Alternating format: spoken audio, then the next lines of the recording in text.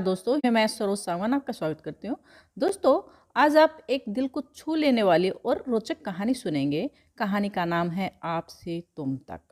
निधि और ऋतिक की शादी धूमधाम से संपन्न हुई। निधि हजारों सपनों और अरमानों को संजोए विदा होकर ससुराल आई। घर में मेहमानों की गहमा गहमी हंसी ठिठोली के बीच नई बहू का स्वागत हुआ। सभी लोगों की बधाइयों और दुआओं से वह निहाल हो रही थी। रात्रि भोजन के बाद उसे उसके कमरे में ले जाया गया, जहां ताजे फूलों की खूबसूरत सजावट देखकर वह दंग रह गई और उन फूलों से आती मादक सुगंध से अजीब सी सिहरन दौड़ गई उसके पूरे बदन में। धड़कनें तेज हो गई। नंदे चुहलबाजी करती कमरे में छोड़कर जा चुकी थी। वह बेड पर बैठी ऋतिक का इंतजार कर रही है, पर 12 बज गए। ऋतिक का कोई पता ही नहीं है। वह बेड से उतरकर खिड़की के पास आई और पर्दे को सरका दिया। सामने पूर्ण चांद निकला है, जिसे वह निहारती हुई ख्यालों में खो जाती है। कितना सुंदर, कितना मनोरम है आज का चांद। पूनम की इस रात में मेरी जिंदगी में भी चांदनी भर आई है। तभी किसी के आने की आहट पर वह तेजी से बेड की ओर बढ़ती है। घबराने की जरूरत नहीं है, आराम से। ऋतिक की आवाज़ सुन वह संयत होकर खड़ी रही। दरवाजे की सिटकनी लगाकर ऋतिक ने निधि को इशारे से बैठने के लिए कहा, तो वह बेड के एक किनारे पर बैठ गई। निधि, क्या मैं आपसे कुछ बात कर सकता हूँ? बेड के दूसरे किनारे पर बैठते हुए ऋतिक ने पूछा। जी, आपको जो भी पूछना है निसंकोच पूछिए। हमारी शादी हमारे माता पिता की पसंद से हुई है। हम एक दूसरे को उतना ही जानते हैं जितना उन्होंने बताया। इस आधार पर मैं कह सकता हूँ कि आप एक पढ़ी लिखी समझदार लड़की हैं। मेरी बातों को आप समझ सकेंगे। जी, समझ तो सकती हूँ, पर कहना क्या चाहते हैं आप? जैसा कि आप जानती हैं, मेरी माँ कैंसर की 4th स्टेज की पेशेंट है। वह चंद दिनों की मेहमान है। आप मेरी माँ की पसंद हैं, तो ऐसे में मैं माँ को मना नहीं कर पाया। ओह, इसका मतलब इस शादी में आपकी मर्जी नहीं है। आप बुरा मत मानिए, मुझे समझने की कोशिश कीजिए। मैं किसी से प्यार करता हूँ और वो भी करती है। हम जल्दी ही घर वालों को बताने वाले भी थे, परंतु अचानक से माँ की तबीयत बिगड़ने की खबर मिली तो मैं दिल्ली से भागकर घर आया। यहाँ माँ का इलाज चलने के साथ ही साथ मुझ पर शादी के दबाव पड़ने लगे। इकलौता जो हूँ, और माँ ने तो झट से आपको पसंद भी कर लिया। माँ की खुशी मेरे लिए सर्वोपरि है, तो मना भी कैसे करता। इतना सुन निधि के सारे अरमान गहन अंधेरे में खो गए। हम तो आगे क्या फैसला लिया है आपने मेरी जिंदगी का? अपने अंदर उमड़ते हुए दर्द के सैलाब को रोकते हुए निधि ने पूछा। बस कुछ दिन आप सबके सामने इस रिश्ते को निभा लीजिए, कम से कम जब तक माँ है। ओह, मतलब रिश्ते का सिर्फ दिखावा करना है? कितना आसान है ना आप लोगों के लिए रिश्ते बनाना और तोड़ना। क्या इतना आसान होता है एक लड़की के लिए नए रिश्ते बनाना? तड़प उठी निधि। मैं जानता हूँ आसान नहीं है ये सब, पर करना पड़ेगा। आपका दर्द समझ सकता हूँ। मैं हर संभव आपकी मदद करूँगा। निधि बिना कुछ बोले सो जाने का दिखावा करती है। पूनम की इस रात में निधि के मन को अमावस के अंधेरे ने घेर लिया। उसने निश्चय किया कि वह कल ही वापस चली जाएगी। अगली सुबह सभी मेहमानों की विदाई होने लगी। बहू, अब इस घर की बागडोर तुम्हारे ही हाथों में है। अच्छे से संभालना, सासू माँ को समय से दवाई देते रहना, और तुम्हारे ससुर जी को मीठा मना है, पर मीठा खाना बहुत पसंद है, ध्यान रखना। बुआ सास जाते जाते जिम्मेदारी दे गई। अच्छा, कुछ दिन रुक जाती हूँ, पग फेरे के लिए जाऊंगी तो वापस नहीं आऊँगी, सोचकर वह वार्डरोब में अपने कपड़े लगाने लगी। 5वें दिन उसके पापा लेने आए और वह मायके आ गई। वह सबके सामने तो हंसती मुस्कुराती, पर मन में उदासी छाई रहती। किसी को बता भी तो नहीं सकती थी। कैसे सहन करते उसके माँ पापा इस सदमे को। दूसरे ही दिन सुबह सुबह सासू माँ का फ़ोन आ गया। हेलो माँ जी, प्रणाम। आप ठीक हैं ना? पापा जी कैसे हैं? हम सब ठीक ही हैं बेटा। पापा जी को तुम्हारे हाथ की ही चाय पसंद है अब। सुनकर निधि के चेहरे पर मुस्कान आ गई। अच्छा, कल ऋतिक आ रहा है तुम्हें लेने। तुम तैयारी कर लेना पहले ही, और कल ही वापस आ जाना बेटा। घर सूना सूना सा लग रहा है।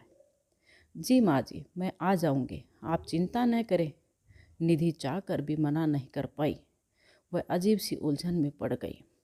अगले दिन ऋतिक आया और वह उसके साथ ससुराल चली आई। ऋतिक ने अब जॉब इसी शहर में ढूंढ लिया। मैं दिन भर तो नहीं रहूँगा, काम पर भी जाना ज़रूरी है वरना आर्थिक तंगी हो जाएगी। आप मेरे पीछे माँ का ख्याल रखिएगा। ऑफिस से आने के बाद मैं खुद। ऋतिक बात पूरी करता इससे पहले ही निधि ने टोका। कहने की ज़रूरत नहीं है, मुझे पता है मुझे क्या करना है। कहते हुए वह किचन की तरफ बढ़ गई। ऋतिक भी ऑफिस चला गया। निधि पूरे तन मन से सास ससुर की सेवा में लग गई। एक बहू की सारी जिम्मेदारी बखूबी निभाते निभाते उसे पता भी नहीं चला कि वह कब एक पत्नी की भी जिम्मेवारी निभाने लगी। मतलब ऋतिक की हर छोटी बड़ी ज़रूरतों का ख्याल रखना, उसे कब क्या चाहिए क्या नहीं, उसके खाने का टेस्ट, पसंदीदा कपड़े, रंग वगैरह वगैरह। और ऋतिक को भी कहाँ पता चल पाया कि वह कब निधि पर निर्भर हो गया। निधि की देखभाल और दवाइयों के प्रभाव से सासू माँ की तबीयत साल भर तो ठीक ठाक चली, पर अब उसकी हालत बिगड़ने लगी, कमजोरी बढ़ने लगी, पेट में दर्द रहने लगा और कभी कभी तो उल्टियाँ भी आने लगी। दवाइयाँ बेस असर होने लगी। ऋतिक ने ऑफिस से छुट्टी ले ली। ऋतिक के पापा, निधि और ऋतिक तीनों दिन रात माँ के आसपास ही रहते। एक अनमना सा माहौल बन गया। घर में भूख तो जैसे सबकी मर ही गई थी। ऐसे में निधि दोनों पापा बेटे दोनों को समझाती, उनका ख्याल रखती। आखिर एक दिन वह चल बसी। नाते रिश्तेदारों की आवाजाही शुरू हो गई। ऋतिक की भाग दौड़ भी बढ़ गई। वह अकेला था पर निधि ने खूब साथ निभाया उसका। सासू माँ के दाह संस्कार से लेकर श्राद्ध संपीड़न और मेहमानों की विदाई तक उसने अपनी सारी जिम्मेदारियां बखूबी निभाई। जो भी आए तारीफें करते हुए गए। सबके जाने के बाद ऋतिक अचेत सा बिस्तर पर पड़ गया। मारे थकान के बदन टूट रहा था और तेज बुखार भी आ गया था। पर निधि इससे अनजान घर में बिखरे अस्त व्यस्त सामान को समेटती हुई सोच रही थी। सारी चीज़ें नियत जगह पर रख देती हूँ, ये तो हैं ही लापरवाह। कल तो मुझे भी जाना ही है इस घर से हमेशा के लिए। पता नहीं वो कैसी है, कैसे संभालेगी घर को। कैसी भी रहे मुझे उससे क्या, मेरा घर तो है नहीं। मैं क्यों सोच रही हूँ। बहू मैंने चश्मा कहाँ रख दिया, जरा देखना तो। ससुर जी की आवाज़ सुन वह ख्यालों से बाहर आई। जी पापा जी अभी आई। रात में निधि ने ऋतिक से डिनर के लिए पूछा तो उसने मना कर दिया, भूख नहीं है पापा और आप खा लीजिए। रात में ही निधि पैकिंग करने लगी ताकि कुछ रह जाए तो सुबह तक याद आ जाए। ऋतिक कब का सो चुका था। निधि भी पैकिंग करने के बाद सो गई। अगली सुबह वह जल्दी ही जग गई। बचे खुचे काम निपटाकर वह चाय लेकर कमरे में आई। अब तक सोए हैं, ऑफिस नहीं जाना है क्या? आपकी चाय है, उठकर पी लीजिए।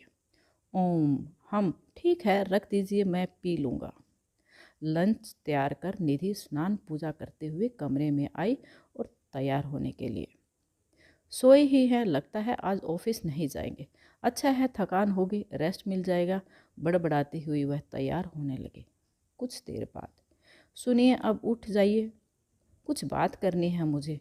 बेड के पास आकर निधि बोली। हाँ कहिए ना, कहते हुए उठकर बैठ गया। अरे कहीं जा रही हैं क्या? निधि को तैयार देखकर वह चौंका। हाँ, पर कहाँ, पहले बताती तो मैं भी साथ आता। मेरी सारी जिम्मेदारी पूरी हो गई है, आपका और मेरा साथ यहीं तक था। अपने घर जा रही हूँ मैं, और आप भी उसे ले आइए। पापा जी से बात कर ली है मैंने, वो मान जाएंगे। निधि अपने आंसू को जबरदस्ती रोकते हुए बोली और जाने के लिए पीछे मुड़ी। पर यह क्या? ऋतिक ने लपक कर उसका हाथ थाम लिया और अपनी ओर खींच लिया। झटके से निधि ऋतिक के ऊपर जा गिरी और ऋतिक ने उसे बाहों में जकड़ लिया। अरे ये क्या, आपको तो बहुत तेज बुखार है, आपने बताया भी नहीं। मैं देख रहा हूँ कल से ही तुम जाने की तैयारी में हो, तो मैं क्यों बताता। तुम? आपने मुझे तुम कहा। मैं आपसे तुम कब बन गई? एक खुशी छलक पड़ी निधि की आवाज़ में। जब से तुम मेरे दिल में रहने लगी। अब कभी छोड़कर जाने की बात मत करना, मैं नहीं रह पाऊंगा। कहते हुए आंसू की बूंदें टपकी उसकी आंखों से और लुढ़क कर निधि की आंसुओं में मिल गई। ये कहानी रानी सिंह ने लिखी है, मैं उनका आभार प्रकट करती हूँ। तो दोस्तों, आपको ये कहानी कैसी लगी कमेंट करके मुझे बताना। यदि आपको ये अच्छी लगी है तो इसको लाइक कर दें और चैनल को सब्सक्राइब कर दें, ताकि आपको हर वीडियो का नोटिफिकेशन मिलता रहे और आप ऐसे ही रोचक कहानियाँ सुनते रहें। वीडियो देखने के लिए धन्यवाद।